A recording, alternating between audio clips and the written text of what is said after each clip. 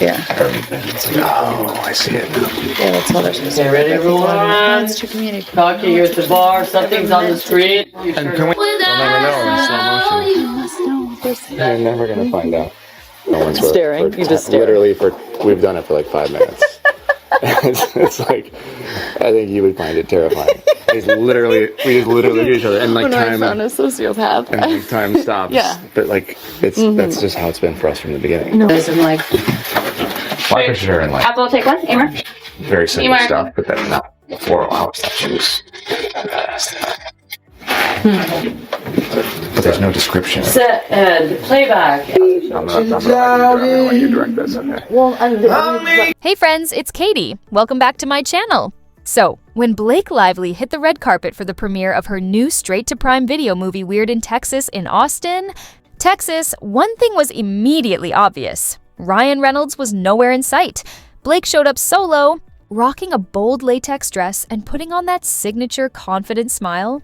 But insiders say she was definitely holding it together, trying to look unfazed. Without her husband there to back her up, she was left to face the whispers on her own.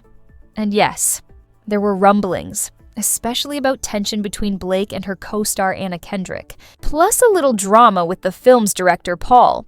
Apparently, Paul even tried to smooth things over publicly and paint Blake in a positive light. Just to calm the chatter, he went all out trying to hype her up, saying things like, "She's the best collaborator. Her wardrobe choices are incredible. She's a joy to work with. She's the most amazing actress. I couldn't imagine working with anyone else." It was honestly so over the top. And truthfully, I didn't spend much time worrying about whether she was feuding with Anna or if this film was about to flop. None of that really mattered to me, because all that noise, all those headlines about Anna and the movie, were just distracting from the real story. Where was Ryan Reynolds? Ryan Reynolds wasn't there, and that's strange. Because, let's be honest, he's always there. He's at every red carpet, every event, every photo op. Blake rarely shows up anywhere without him. Ryan's not just her husband, he's kind of like her minder, her built-in chaperone. He's the one who keeps her safe from all the big bad wolves in Hollywood, right? So when I saw Blake walking that red carpet alone, I couldn't help but think, wait, where's Ryan? I thought these two did everything together. If there was ever a moment for them to show up side by side, this was it. A united front. Kind of like what they did at that SNL event. Remember when Ryan made a joke about everything and literally turned the whole lawsuit situation into a comedy bit? That moment stuck with me. Because while everyone else was laughing, I couldn't shake the feeling that something deeper was going on. And honestly, it was that exact moment, that little SNL performance, that made me realize my hunch might be right. Ryan Reynolds is about to leave his wife out to dry. Now, this is just my opinion. But if you've been on my channel for a while, you know I've covered a lot of narcissists. One in particular, Cody Brown. And here's the thing about narcissists. When they get cornered, when the walls start closing in, they never take the blame. Ever. They start pointing fingers at everyone else.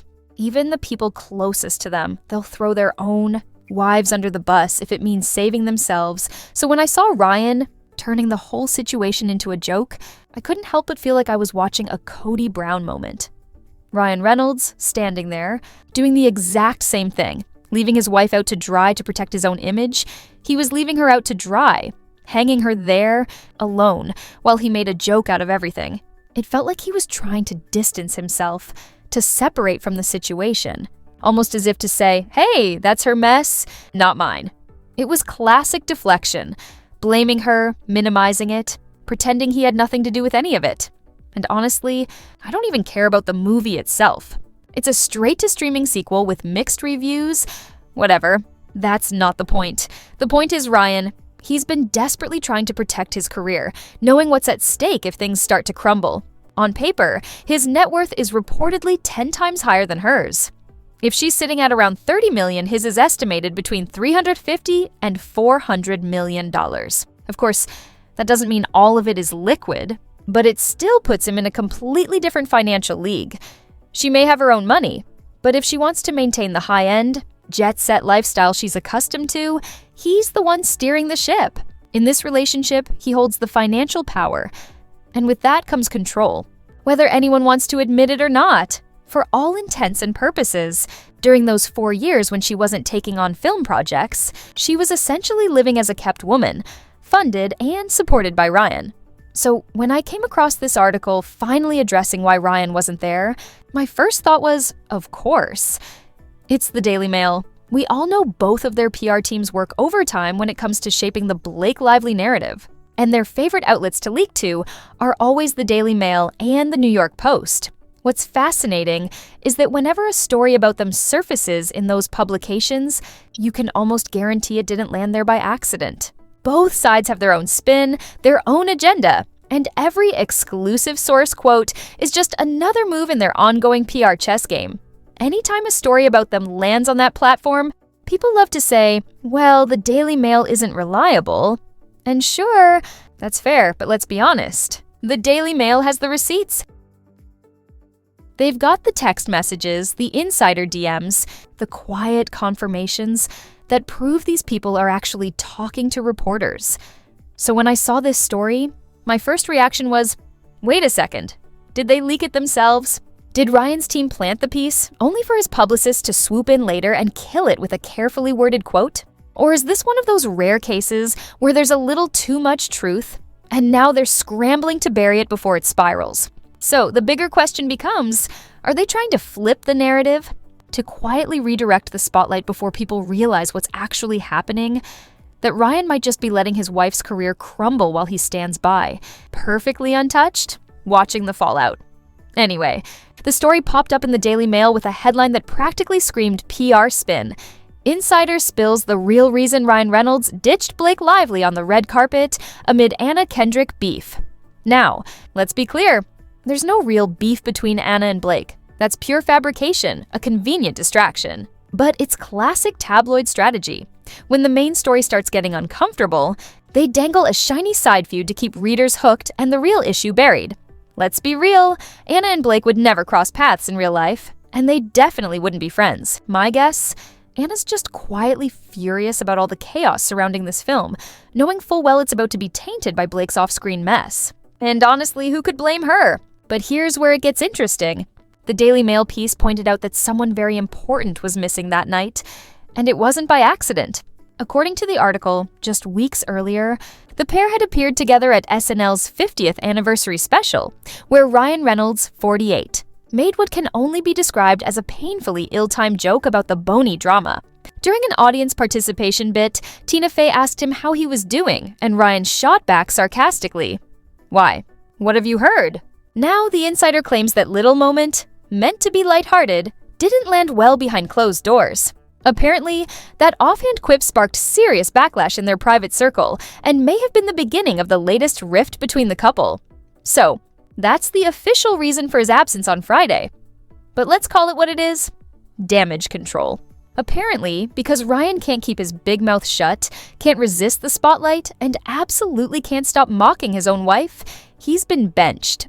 His absence wasn't accidental.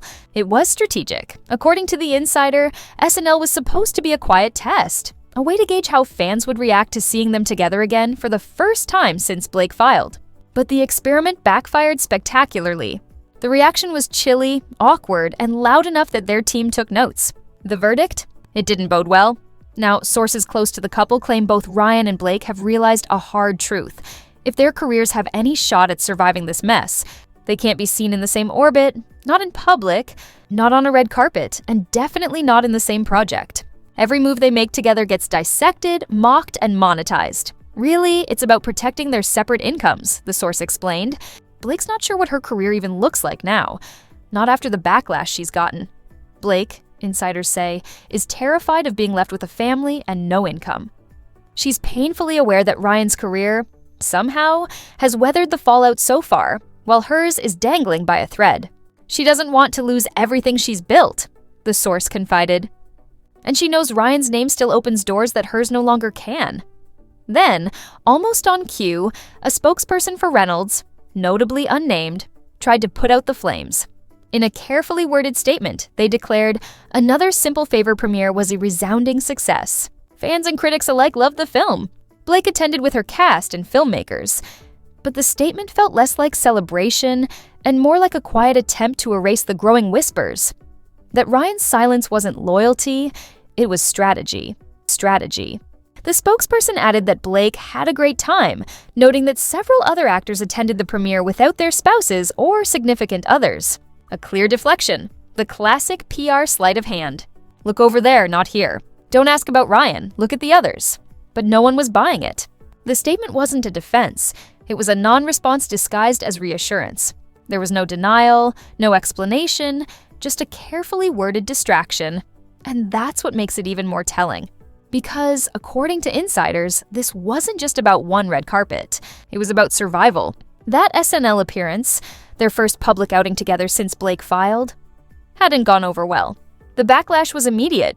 The optics disastrous. Both Blake and Ryan, sources say, have finally realized that if their careers are to survive this implosion, they can't share the same stage or the same story ever again. The insider went on to say that Ryan and Blake have realized they can no longer work on the same projects because everything they do together is now under a microscope. But here's the thing, if you've done nothing wrong, why would that matter? If there's no scandal, no cover-up, no behavior so questionable it could end your career, then what's the issue?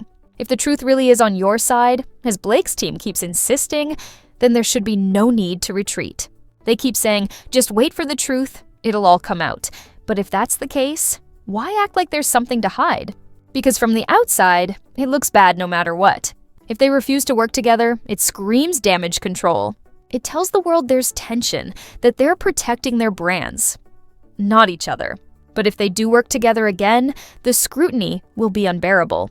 Every glance, every red carpet, every interview will be dissected. And that's the trap they've built for themselves. A no-win situation where silence looks guilty and visibility looks desperate. To me, this proves that at the core of all this chaos is pure narcissism. The way this narrative is being spun, that this is somehow Blake's choice to step back and let Ryan take the lead, is manipulative. It's being framed like she's sacrificing her own career for the good of the family, as if her husband's success is her duty. The story being pushed is that Ryan's career must survive, because he's the provider, the one who keeps the family afloat. And if that means Blake's career burns, then so be it. That logic isn't just outdated, it's deeply misogynistic.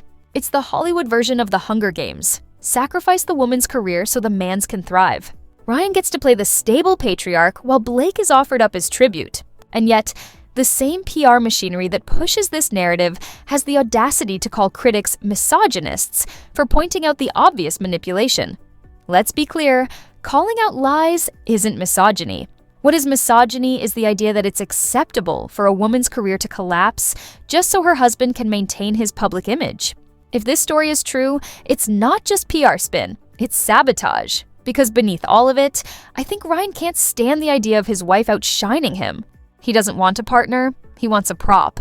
A quiet, polished version of Blake who stays home, raises the kids, and smiles for the cameras while he plays the golden boy. He respected her as an equal. He would never let her take the fall alone. But that's not what's happening here. What's happening is a carefully orchestrated performance, one where Ryan plays the hero and Blake is written as the damsel in distress. It's classic Hollywood damage control dressed up as love and loyalty. Because think about it, if Blake were truly the empowered, independent feminist her team wants us to believe, she wouldn't need a man to save her image. She wouldn't hide behind his silence or sacrifice her own reputation so his can remain untouched.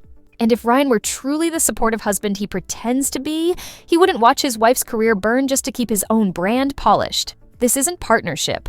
It's preservation of his power, his reputation, his narrative. And the most chilling part, it's working. Ryan gets to play the good guy while Blake becomes the cautionary tale.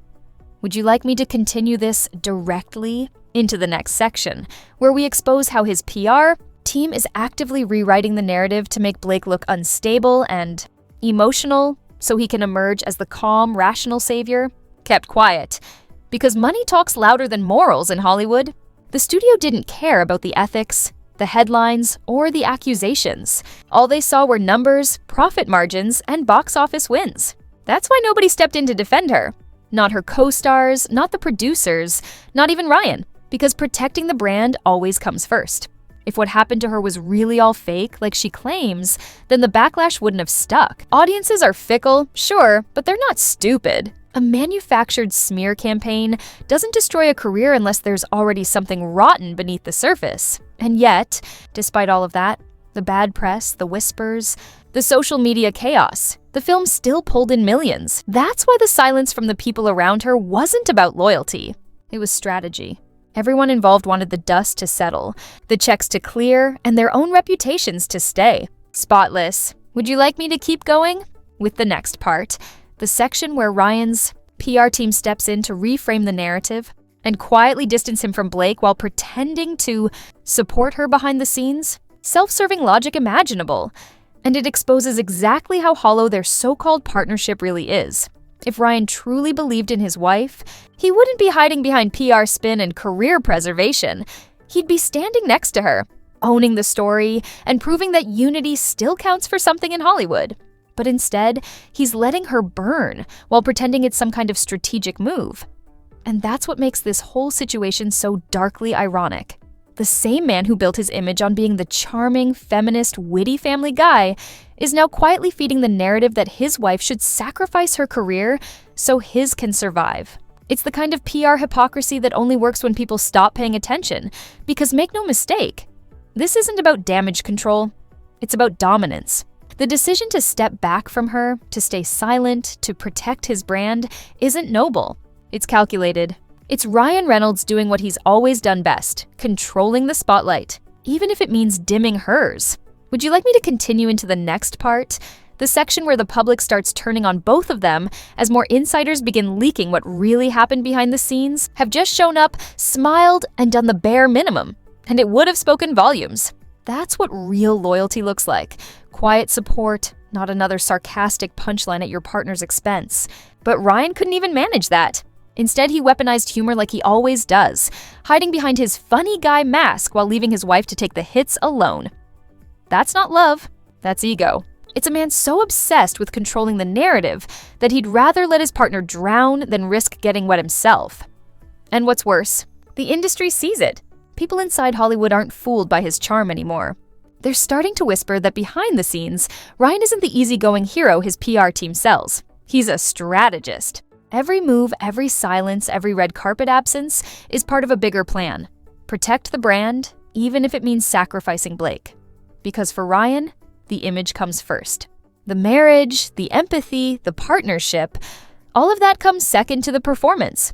He's not playing the role of husband, he's playing the role of Ryan Reynolds. Lovable Hollywood icon. Would you like me to continue with the next section, where insiders begin leaking how Blake's team is starting to panic over his distancing and the silent marital Cold War that's brewing behind the scenes? Damage control through mockery, turning scandal into a punchline before anyone else can. It's the oldest trick in the Hollywood PR handbook. If you laugh first, people can't laugh at you. But in this case, it's cruel. Because when the joke is your wife's trauma, it stops being wit and starts being weaponized ego. Ryan's whole act, the smirk, the sarcasm, the feigned calm, it's not confidence, it's performance. He's trying to convince the world he's untouchable, that the lawsuit, the headlines, the accusations don't faze him. But anyone paying attention can see the cracks forming. This isn't grace under pressure, it's control disguised as composure, and that's exactly why he couldn't resist making that joke on SNL. It wasn't about humor, it was about dominance. It was his way of saying, I'm in charge of the narrative. Not her, by laughing through it. He sends a message to the industry, the fans, and maybe even to Blake herself, that no matter how bad things get, he'll always find a way to spin it, to make himself the clever one in the room. Would you like me to continue with the rewritten next paragraph, the one that dives into how his mockery defense backfired and how insiders are now calling it his biggest PR misstep yet? Entire foundation of their marriage from the inside out. When one partner's success depends on the other's silence, that's not love. Success depends on the other's silence, that's not love.